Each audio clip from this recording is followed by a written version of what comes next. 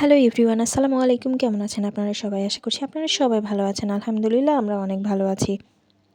আজকে আপনাদের সাথে বাসায় থাকা অল্প কিছু উপকরণ দিয়ে আমার মতো ফাঁকিবাজি স্টাইলে ফ্রাইড রাইস কীভাবে রান্না করে খেতে হয় সেটাই দেখাবো। সো বাসায় ইনগ্রিডিয়েন্ট খুব সামান্য ছিল। হুট করে চিন্তা এলো ফ্রাইড রাইস রান্না করে খেলে কেমন হয়। সো যেই চিন্তা সেই কাজ। দেখতেই পাচ্ছেন আমি পোলাওয়ের চালগুলো খুব সুন্দরভাবে প্রথমে ধুয়ে নিয়েছিলাম।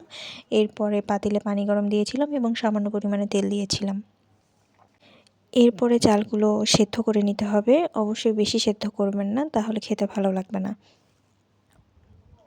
সেদ্ধ করা হয়ে গেলে তারপরে চালগুলো আমি আলাদাভাবে সরিয়ে রেখেছিলাম। এখানে দেখতে পাচ্ছেন আমি ডিম স্ক্রাম্বল করে নিচ্ছি। এরপরে চিকেন ম্যারিনেট করে রেখেছিলাম।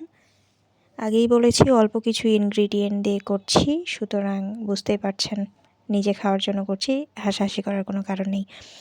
এখানে রসুন কুচি এবং কাঁচামরিচ দিয়ে একটু ভেজে নিচ্ছিলাম।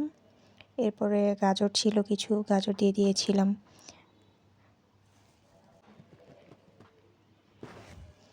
স্ক্রাম্বল করা ডিম দিয়ে দিলাম। এরপরে দিয়ে দিয়েছি সয়া সস এবং টমেটো সস।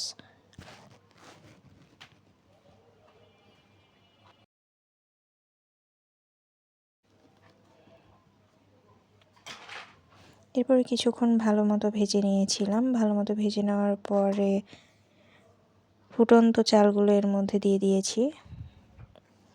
ভালো করে নাড়াচাড়া করে দেখতেই পারছেন আমার fried rice ready.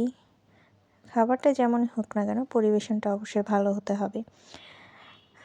Just for fun মজা করছিলাম, খেতে কিন্তু অনেক ভালো হয়েছিল। আর ডেজার্ট হিসেবে রেখেছিলাম পুডিং।